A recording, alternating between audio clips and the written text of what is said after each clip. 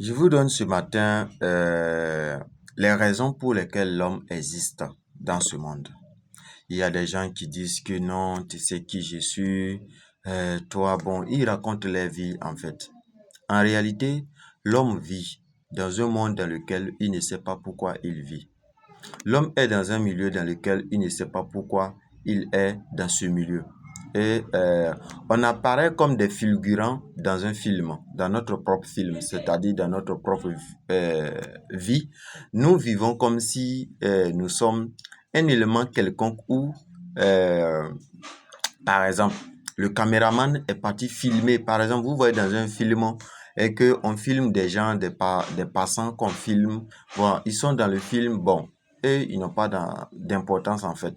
En fait, sans eux, le film allait se réaliser. C'est comme ça nous vivons dans notre propre vie. Dans notre propre vie, nous apparaissons comme des figurants.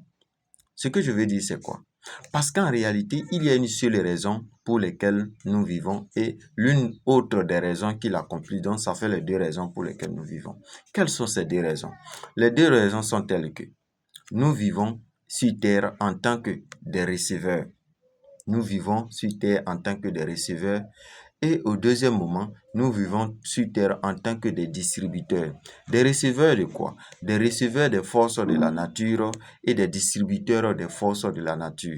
Je veux dire simplement quoi? Quand vous voyez, lorsque vous agissez en faveur des lois de la nature, lorsque vous faites les choses, ce que vous faites, lorsque c'est en accord avec les forces de la nature, ça veut dire des lois divines, tout semble bien dans votre vie, vous vous sentez en paix, vous vous sentez à l'aise, tout se passe parfaitement bien. Mais lorsque vous agissez contre les forces de la nature, vous voyez que les choses féroces, les choses médiocres apparaissent dans votre vie.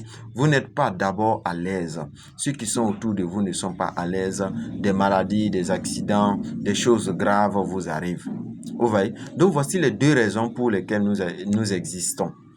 Recevoir, nous sommes des récepteurs, recevoir les forces de la nature, les bénédictions de la nature et promouvoir les forces de la nature. Donc, lorsque nous recevons cette bonté, nous devons en retour donner la bonté aux autres. Mais souvent, on reçoit la bonté de la nature.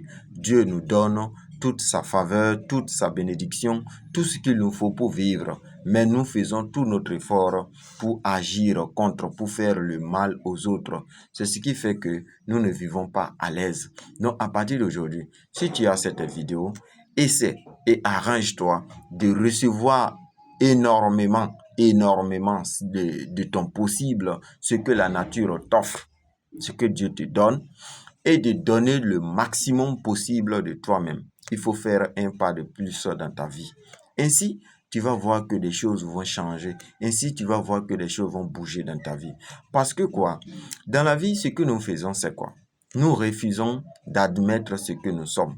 Nous refusons d'admettre ce que nous sommes. Souvent, pour réussir sa vie, ce qu'il faut faire, c'est de créer, croire et accomplir.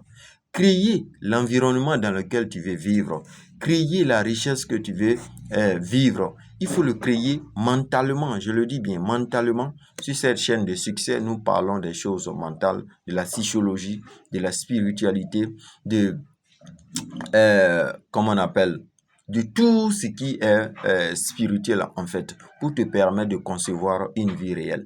Donc, il faut créer l'environnement dans lequel tu veux vivre. Il faut le créer mentalement. Remplis ta tête de choses positives. Qu'est-ce que toi tu veux? Que ce soit matériel, que ce soit financier, que ce soit spirituel, que ce soit peu importe sur le plan dans lequel quelque chose que tu veux, il faut le créer. Après avoir créé ce que tu veux, mentalement dans ton esprit, il faut le croire. Il faut croire. Il faut élever ton niveau de croyance. Il faut élever ton pouvoir de croyance. Il faut élever ta perception de croyance. Tout ce que l'on croit, l'on peut la concevoir. Toute chose qu'on peut croire, on peut concevoir.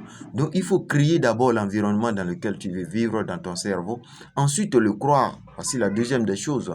Il faut le croire à un niveau si élevé, intense. Et à la suite, au troisième point, il faut la réaliser. Donc, créer, croire et réaliser. Créer, croire et accomplir. Toutefois, tout ce que tu peux arriver à créer, concevoir dans ton esprit, c'est possible d'avoir son équivalent physique ou matériel dans ta vie.